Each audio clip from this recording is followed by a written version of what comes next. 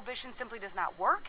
In Illinois, it's estimated that about 750,000 people use cannabis right now, yet we only have about 24,000 people with medical cannabis cards. That's only about 3% of the estimated population.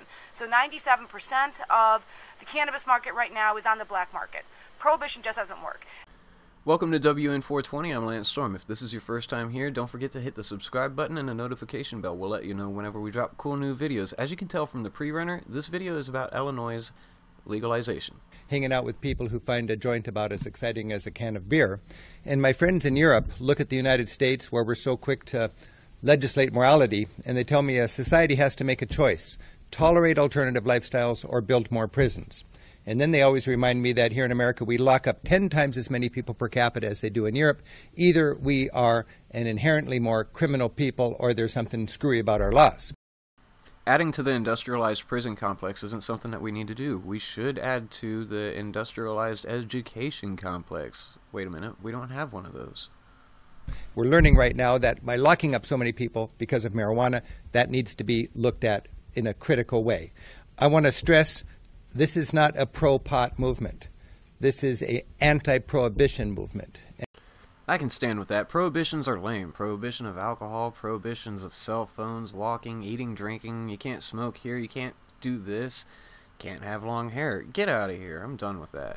And in my state, we've learned that a prohibition is just a costly mistake. It's nothing new. Back in the 30s, when Mayor LaGuardia was helping New York get out of the prohibition against alcohol, LaGuardia said, if a society has a law on the books that it does not intend to enforce consistently across the board, the very existence of that law erodes respect for law enforcement in general. That's what we have here in the United States. There's so many reasons that we can frame this that it's just smart to get to dismantle the United States law war on marijuana.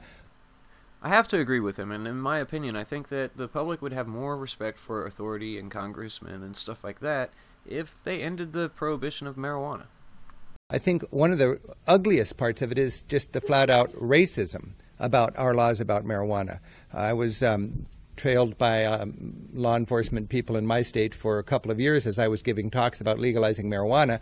I actually became friends with Sergeant Meehan, who is Gil Kierlikowski's right-hand man for this in Washington State. He wanted to know what the drug policy reform people were all up to, and we got to know each other, and he knew all my lines. And one day we had dinner, and then we were walking out of the restaurant, and he said, "Rick, it's just amazing to me how you're so passionate about this issue. You're a well-set-up white guy here in the suburbs. You could smoke pot with impunity, with a little discretion all your life and never bite you. Why do you care about this?" And I said, that's exactly why I care about it. 70,000 people are locked up in our country every year. 700,000 people are arrested for possession of marijuana, nonviolent crimes. They're not rich white guys. They're poor people. Well, that about does it for this episode of WN420. As always, I am Lance Storm, and this is where you would hit subscribe and share this with your friends if you have the time. Don't forget to have a beautiful day and stay positive. I'm out.